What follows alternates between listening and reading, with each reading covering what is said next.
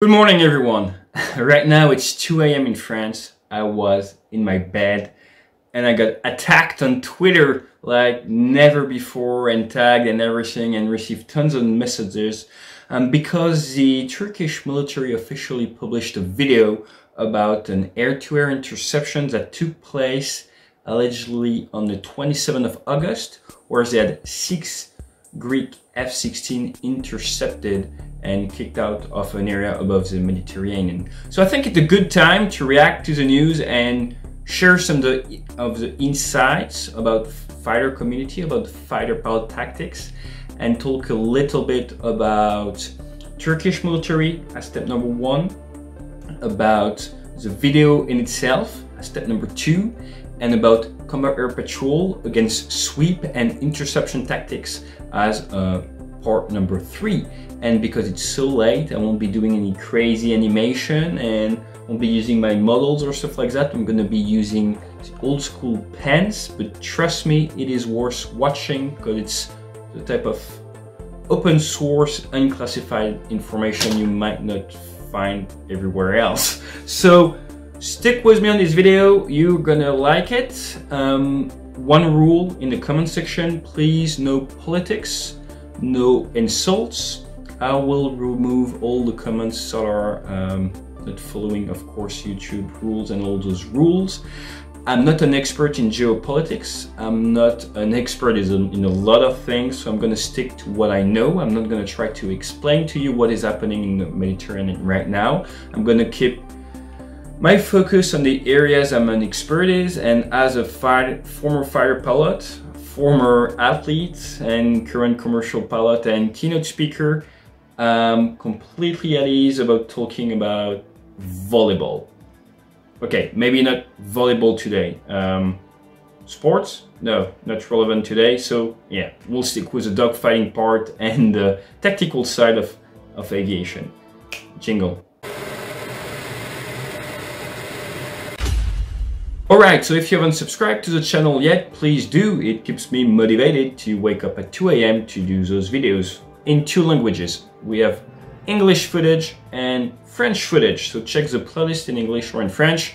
I talked about Greek Mirage 2000 against Turkish F16 before in another video, and this time it's F16 against F16.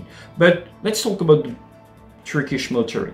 60,000 people in their military.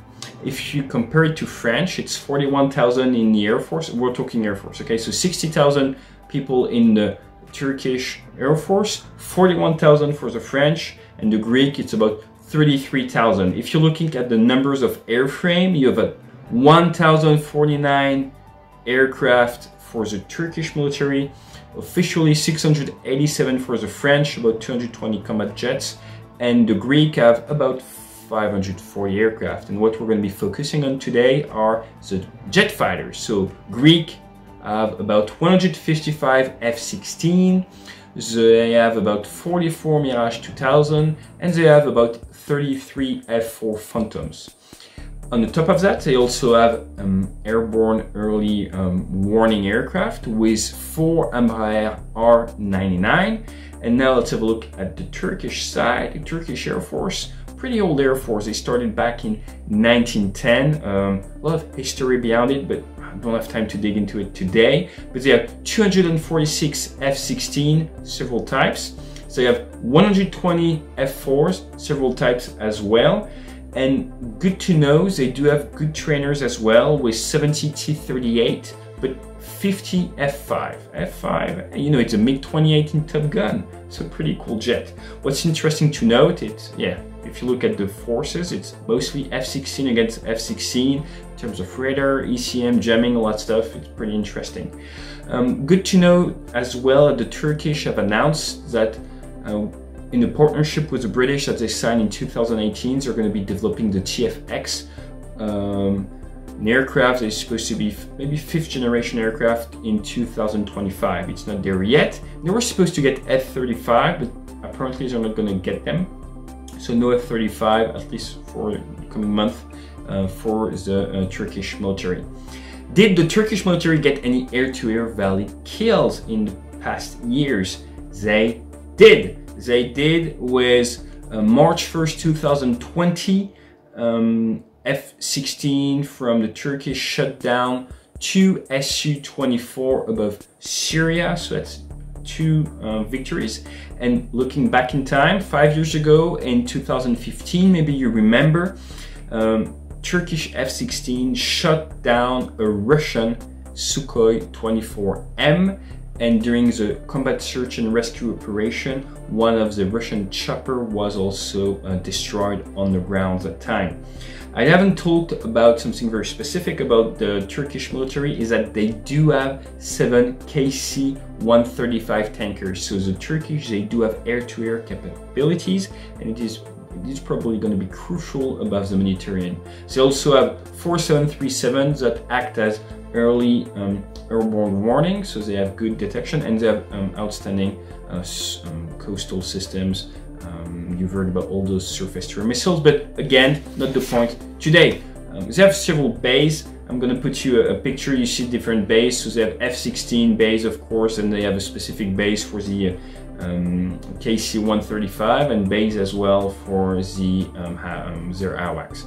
Please do keep in mind that both Greece and Turkish are a member of NATO. NATO was initially created to face Russian, and as you know, Turkish have lately been buying some S-400 from the Russians. So again, I'm not going to be digging into politics right here, but it is worth stating that during NATO Tiger Meet, and I took part in Spanish Tiger Meet back in 2016, and the Tiger Meet in Norddivision in 2017, that we had during the same air-to-air and air-to-ground and Commando exercise, both pilots from Greece and pilots from the Turkish Air Force, along with French, German, English, all that stuff, working together. So those are countries are used to doing some international exercise together from time to time, and they're all members of NATO. There are also some military base, a US base in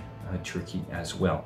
But enough about all this stuff. What we're going to be doing now is we're going to be looking at the footage, and the footage was initially brought to my attention on Twitter, and I downloaded it, and here it is. So we're going to be able to look at it, and just so that you understand, it is several short clips mixed together, so it is impossible for me to understand exactly the outcome. We're missing information.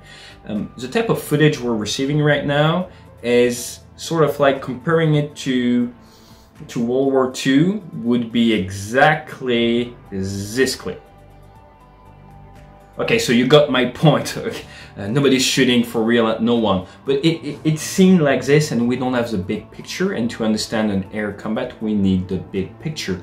Yet, I'm still gonna give you my feedback on those information, and I was lucky enough to be contacted by several followers on Twitter that helped me, and actually that translated for me all the conversations. So it's gonna make it easier for me to understand what is going on. First, what I'm going to do is I'm going to let the footage play. It's about 2 minutes, and then I'm going to pause as I comment, and we're going to be able to have a different look. Action. Lock.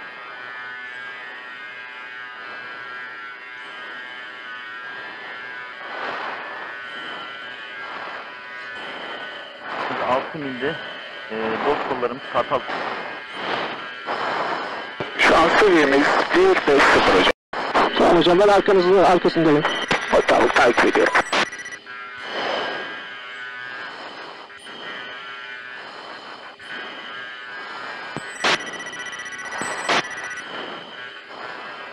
Altitude.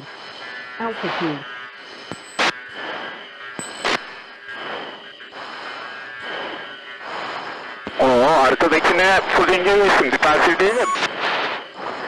Ama öndekine takabilirim. Bingo.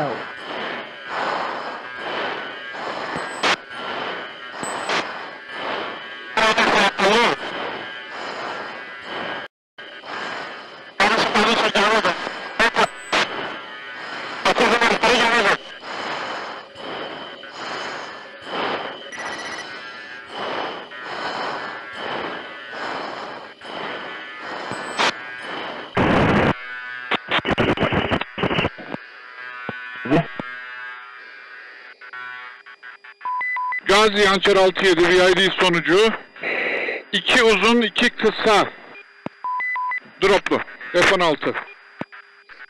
Mutabık blok 52 plus görünüyor. 52 plus alanda takibe devam ediyoruz. 67. Peki hocam ben sizin becinizde öndeki ekip olarak devam ediyorum bilgi. Sağ taraf. Anlaşılıyor.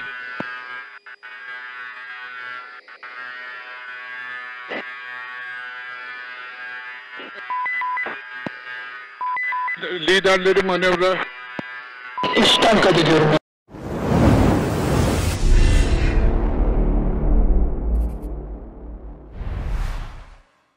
Okay, so here it starts. What do we know? So pretty high altitude, 32,000 feet, almost 33,000 feet, which is regular altitude for an airliner to fly at. Good altitude if you're doing long distances to save gas or to start a fight. You usually want to start a fight initially pretty high. You have better range for your missiles.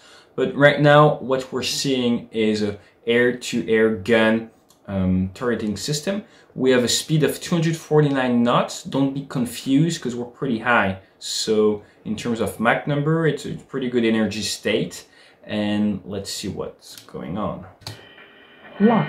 So we do have a lock, radar lock, which means he's using his radar, which is aggressive to say the least. And then here is a closure speed. So 130 knots of closure speed. And sim means his weapons are in a simulated mode. So if he presses a trigger, it's not going to shoot, which means they're playing. It's like training. They don't really have their weapons hot, so they're not allowed to switch their weapons to hot. To be able to shoot, you have to quit this simulation mode. You have to be in real mode, and you have to go with your master arm. So those are decisions taken by your chain of command usually, or by the rules of engagement. What we see here is a distance. So it tells you, it's a rough estimate to tell you how far you are from the enemy, and this mark right here gives you an understanding on where you're going to be in a couple seconds. So it takes into account the closure speed, so he's arriving extremely fast on the other aircraft. It could be due to the geometry, or could be due to speed difference.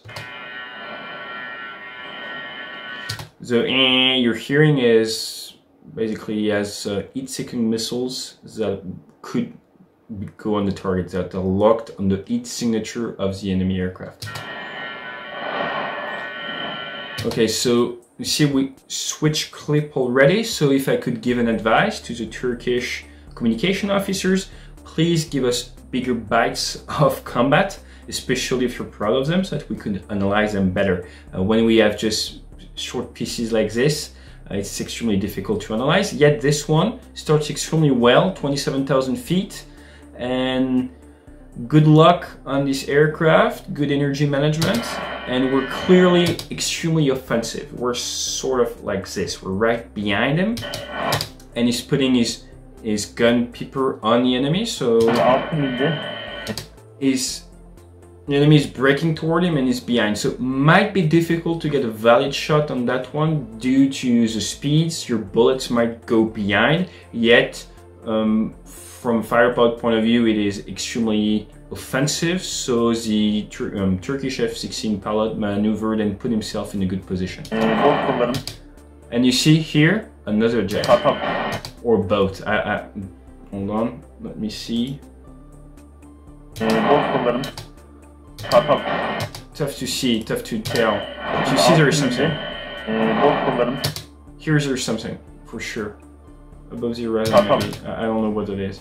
Okay, so another clip again. That's why I told you there's almost nothing to debrief, because it's just bits of information that are shown couple seconds after couple seconds, yet clearly offensive for the Turkish. Now we're down at 11,000 feet, so you don't just teleport yourself from 27 to 11. So either different fights, because we don't know if the audio clips were put on top, either different fights or same fights that lasted for minutes.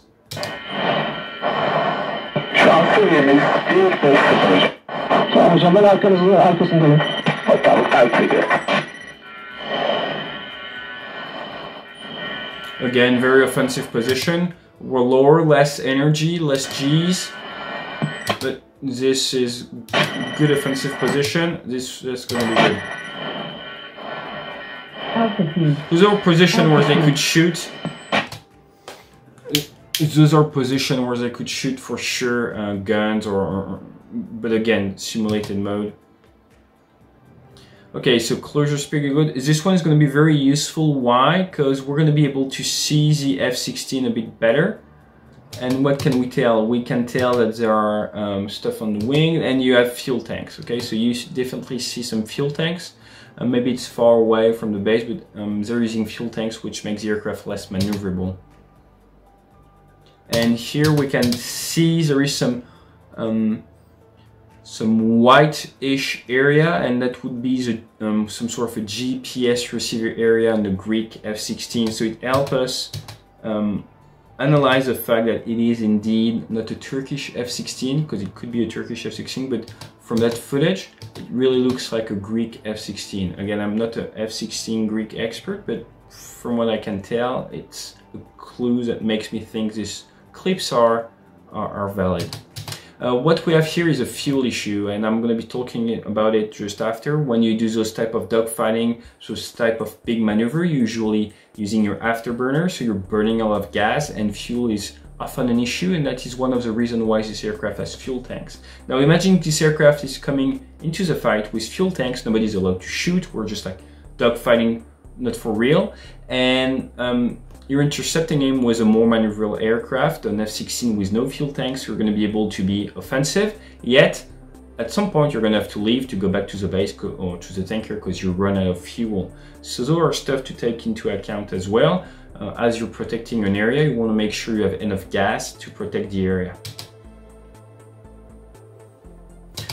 This type of maneuver and the maneuvers we've been seeing from the Greek are extremely flat and not very offensive. From the altitude we saw so far and the type of stuff they've been doing, look, he's doing an almost level turn, maybe 10-degree nose down, 30-45 degree off on a bank. It is really non-aggressive. So they're not flying their best BFM. Maybe it's not the mission. Maybe they did before. I don't know.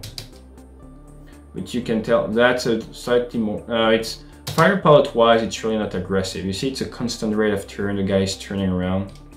But clearly, the Turkish F16 is a very good offensive position. But the Greek F16 isn't fighting right now. Moving a little bit more. There we go. Moving. Maybe I hadn't visual before. Now he's moving in a bit more aggressively. One of the reasons for that is maybe now the Turkish F16 is getting so close. It's within the comfort zone of the Greek pilot. So that's why the Greek pilot reacts. But before this nose down maneuver, he wasn't really pulling hard nor fighting. And you see as he's moving away, it's giving an issue to the Turkish F16. But again, no doubt the Turkish F16 would have been able to follow afterwards. So another clip, maybe slightly after.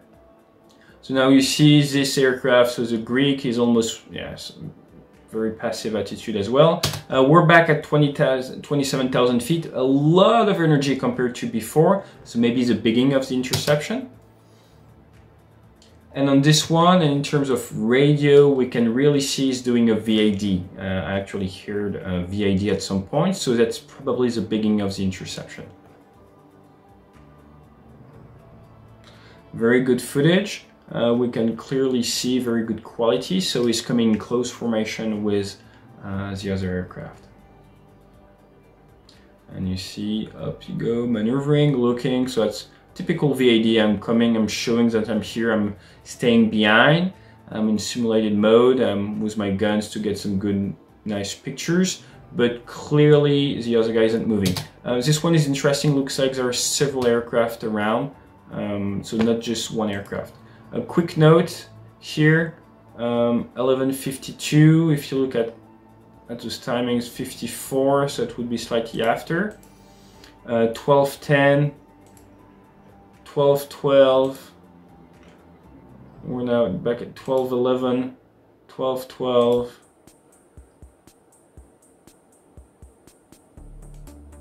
12:12, 12:11, and 11:05. So maybe different sequences. there you go. In terms of load, you see with all those stuff on the aircraft, it's tough to see. This one, yeah, this one has fuel tanks as well. There we go, and you see the white stuff. So yes, definitely it looks Greek to me. What did we learn? We didn't learn much really. So yes, there was probably a VAD. Looks like the Greek were mostly passive, maybe turning at some point, but compared to other footage or even to the footage I analyzed before, it doesn't look like the same type of combat. The Greek are not very aggressive on the short clips we've seen, and looks like 1 hour, 1 hour 20 hour, 1 hour 20 minute action, and we're only seeing small bits. But doesn't look like the Greek are really fighting against the Turkish. No excuse, Turkish are in a good VAD aggressive position. Nothing to say about that. So I hope it helped a little bit. It wasn't a huge crazy dogfight as I expected. Maybe because of the bits doesn't really give it like all it has been, but looks pretty slow and chill to me. Actually looks extremely professional. To be honest, looks professional on both sides. Nobody's getting too close to the other one. The closure rates are under control. So from my perspective, it looks like two different professional military VIDing, as we say, each other in a safe way.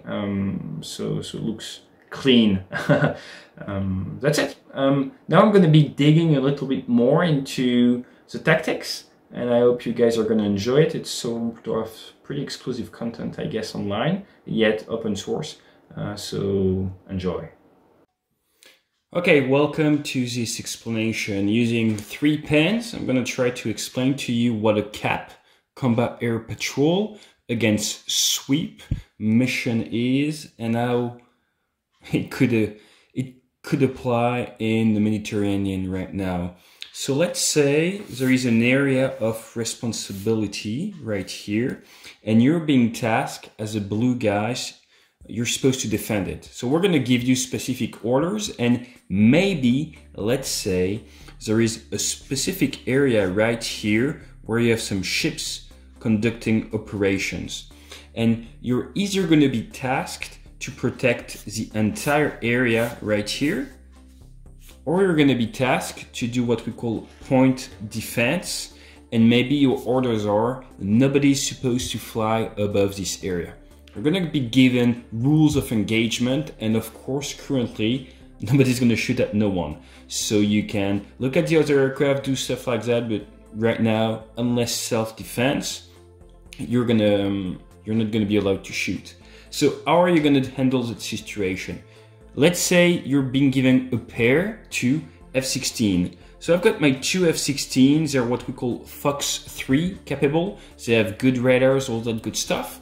And maybe let's say your military does have AU, so another type of aircraft like an AWACS that is going to be turning and providing some very good radar coverage. And you also might have land stations with radar coverage, surface-to-air missiles, all that good stuff. Let's say they have a range like here, but you're too far away. So now you have your pair, and you either decide to fly together as a pair, or you're going to split. You're going to split, and you're going to have one F16 like this and one F16 like this. And depending on the situation, you're going to be using a different altitude or not. You're going to be flying low or high. Lots of different scenarios. I won't be covering those today. And you'll take like some sort of a cruise speed, and you'll be doing patterns. And your aircraft is going to be doing stuff like that. And just turning and turning and turning. And you're going to be maybe one turning cold being away from the expected threat. And when one turns cold, the other one turns hot. So you always have one radar looking toward the enemy. Now let's say the enemy is coming, and you're doing here a CAP mission, Combat Air Patrol. And now you have the sweep. The sweep, their goal is to move you away from the area, or kill you. But again, peacetime, let's say they just want to come in the area and make like a show of presence, take the area and shows they're able to come in. So now let's say they're coming as a pair, 2 aircraft. So the 2 aircraft are going to come in, and you're going to have to decide to intercept them. And what you're going to do in 99% of the time, peacetime, is you're going to do a VAD. VAD means visual identification, and you're going to get close to them. Why? Because otherwise, if you don't proceed toward the VAD, what's going to happen? You're going to be turning and they're going to be flying where they want, and you just sort of keep your pattern, adapt your pattern, maybe move back, move to the side, and you keep like them in your radar, and you can move your geometry to make sure you know where they're at all times. So that's a solution, just monitoring them from the distance. We're talking dozens of miles away. Or if you want to show them that you're here and you took them into account, you're going to perform a VAD, visual identification. So now, again, lots of different tactics. Let's say they stay as a pair initially. You might want to send one aircraft initially to the right and have the other one to the left. If you've seen Tenet in theaters, you're going to hear about time bracket. Here we're doing geometrical bracket. If I have leader to the east, wingman to the west, it's going to enable me to bracket the enemy. And let's say now the enemy tries to maneuver like this. I don't really care because I've got a wingman here that is going to be able to intercept them. If I had all my aircraft on this side, on the east side, then I would have a trajectory issue and I would have to go like supersonic. And if it's F16 against F16, it's not going to work. So I might bracket like that, and let's say they turn, then I'm going to have one aircraft performing a VAD and the other aircraft is going to join as well. But awesome. So what's going to happen now? Let's move the paper a little bit. So we have 2 aircraft protecting the area, 2 aircraft moving in, and what's the end result? The end result is I still have my area of operation right here, might have some point defense to perform here due to boats, and now I've got 2 enemy aircraft and I'm in shooting range, shooting position, and I'm just holding their hand, accompanying them. And what's going to happen now? So let's say they decide to maneuver, and they don't have to maneuver. If they maneuver too aggressively, I might decide it is a hostile act. I might feel threatened and I might open fire. So depending on the use of jamming system, of ECM, of weapons, of flares, there are several levels of aggressiveness. And if you're being intercepted, you usually don't want to maneuver too much. If you maneuver very too aggressively, you're taking some risk. So nowadays, we've seen the situation is pretty hot. Let's say they maneuver a little bit, just because fighter pilots don't like to stay to stay like bait. So everybody's going to maneuver a little bit, and now everybody's going to be pulling some G's and turning a little bit, which is all right. Great fun for 1 minute, 2 minutes. But after that, so what? So what are we going to do? So maybe as a defender, as a blue guys, I'm going to be calling for reinforcement, and maybe they're going to send what we call the QRA, the quick reaction assets or alerts. So they're going to be sending me reinforcements. Why? Because as I'm performing the VAD, as I'm fighting or at least maneuvering evilly with my afterburner on with the incoming aircraft, I am burning a lot of gas. And usually when I'm given an area like that, I'm also given a playtime. And I'm being instructed to hold that area for maybe 90 minutes. After that, I'll have to refuel. To refuel, I need a tanker. If my country has a tanker, I can maybe move away, go and the tanker come back, or the tanker can come depending on the situation, or we can have several patrols and work that way. If my country doesn't have tankers, it is much more complex. And I'm going to have what we call a bingo fuel.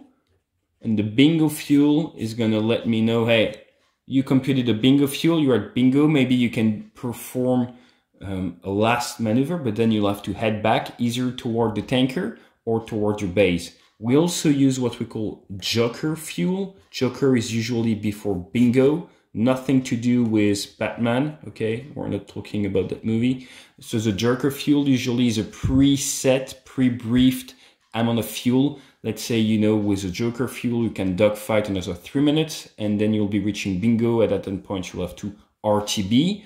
RTB means return to base.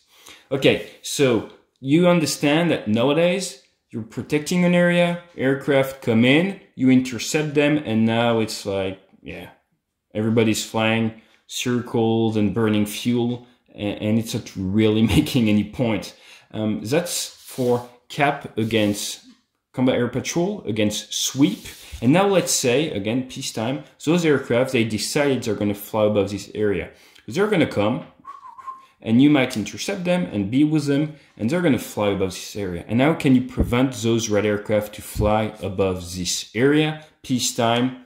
Honestly, I mean, maybe you guys know I served 13 years as a fighter pilot and instructor, but honestly, if they want to go there and I'm not allowed to shoot and I'm not willing to fly into them, I'm not supposed to touch them, it's going to be extremely difficult to have them maneuver. So you don't think you can just put your wings below them, move them, stuff like that, or you can come very aggressively in front of them. You can be extremely aggressive, but if you do not want to be the first one attacking, escalating the situation, it is extremely difficult to have those two aircraft maneuver away from the area you want to go. Unless, and that's a trick, you decide, because it's out in the ocean, that you're going to have military personnel and military ships conducting live firing drills in this area. So your country publishes a message that is broadcasted to the entire world, and everybody knows that within this area, or maybe within this entire area, there will be live firing drills. And if you have live firing drill exercise, then those aircraft shouldn't be astonished if they see missiles or weapons or stuff like that. So that will be the highest escalade you can think of, and using this exercise as an excuse to use munition and shoot stuff around and prevent those guys from coming too close, because they see missiles flying toward targets, stuff like that, and they're not that stupid, and they're just gonna, okay, let's not start World War III right here. So that's for combat air patrol against sweep. What else do we have? Because there are plenty of other stuff. So what else do we have? We could have just a regular interception. So I am here on an airfield or boat or whatever on an island, and there are 2 aircraft or 6 aircraft. Let's say you have 6 aircraft like this coming in, and again, remember, high waters. So if it's an island right here, just in a normal world, you usually have 12 miles. So 12 miles from your coast belong to your country. That's regular international law. And they're allowed to fly at 20 miles, 30 miles. But you detect aircraft coming toward your country, you decide to scramble maybe a pair of F16. So now you have your 2 aircraft, and now what you're doing is an interception. Intercept. Just like in Top Gun, they do the interception. So now you have your 2 aircraft taking off and heading toward what you've seen as a threat, and same stuff, you can expect a VAD. Why? Because if you decide to keep them on your radar and start maybe a turn like this, 1 aircraft here, 1 aircraft there, like the combat air patrol we discussed earlier, guess what? They might just maneuver forward, and they're going to push you either back or to the side, like this, and you'll be monitoring them, and chances are they're not going to come into your waters, or if they do, then you probably want to be in VAD and you want to be in what we call close escort with them. That's different scenarios you can think of. Combat air patrol, that's protecting your piece of land or water. Sweep, which just like sweeping the floor, is you come in and you want to disrupt the combat air patrol, and then you've got the interception. On top of that, of course, you can mix stuff up with reconnaissance aircraft, with ECM aircraft, all that stuff, and that's just the plain basics.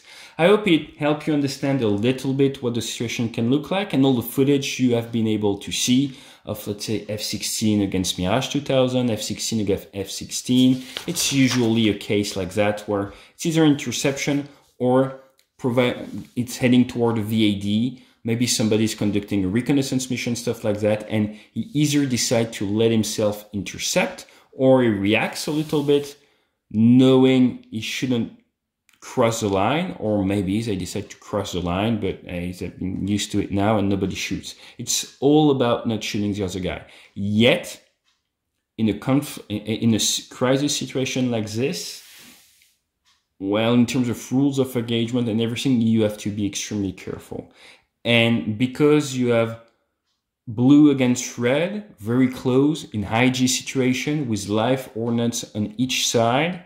It's always a critical situation that is best to avoid because you never know how your 23, 24 years old young lieutenant is going to react under pressure, what's going to happen, or worst, you've heard there are collisions during peacetime. So when we perform with training rules, BFM, so BFM is basic fighter maneuvers, or ACM, air combat maneuvers, that's 1v1 in dogfight, that's 2v1 in dogfight.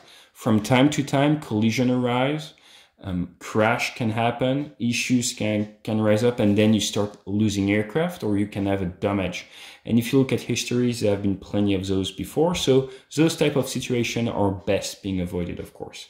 I hope it clarified the situation a little bit, and fly safe. There you go. I hope you guys enjoyed those different steps. Again, what we saw was F16 from the Turkish military intercepting and doing VADs on a Greek aircraft. The Turkish were offensive and performing the VAD on the Greeks, and the Greeks did regular turns or from a firepower point of view weren't very fighting their best BFM, as we say, yet they were reacting a little bit. So it looks like regular open water interception done very professionally by the two countries. So I hope it's going to stay like that, because if they start doing some more crazy stuff, you might have casualties, and it's never fun for both parties. Fly safe. If you haven't followed me, you can. If you want to share the video, you can as well. If you want to leave me comments, just please keep it professional, keep it clean. The pilots made a very good job keeping it clean. In terms of radio communication, for the radio communication, I have to thank Dr. Greg that translated it. And most of the comms, what they said was talking about the altitude.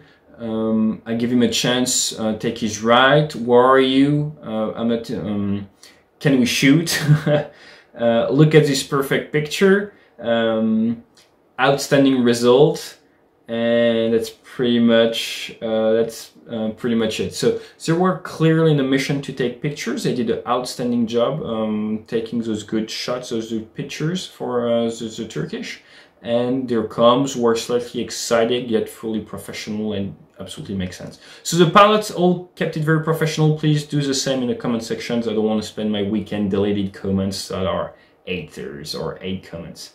Thank you very much. Fly safe.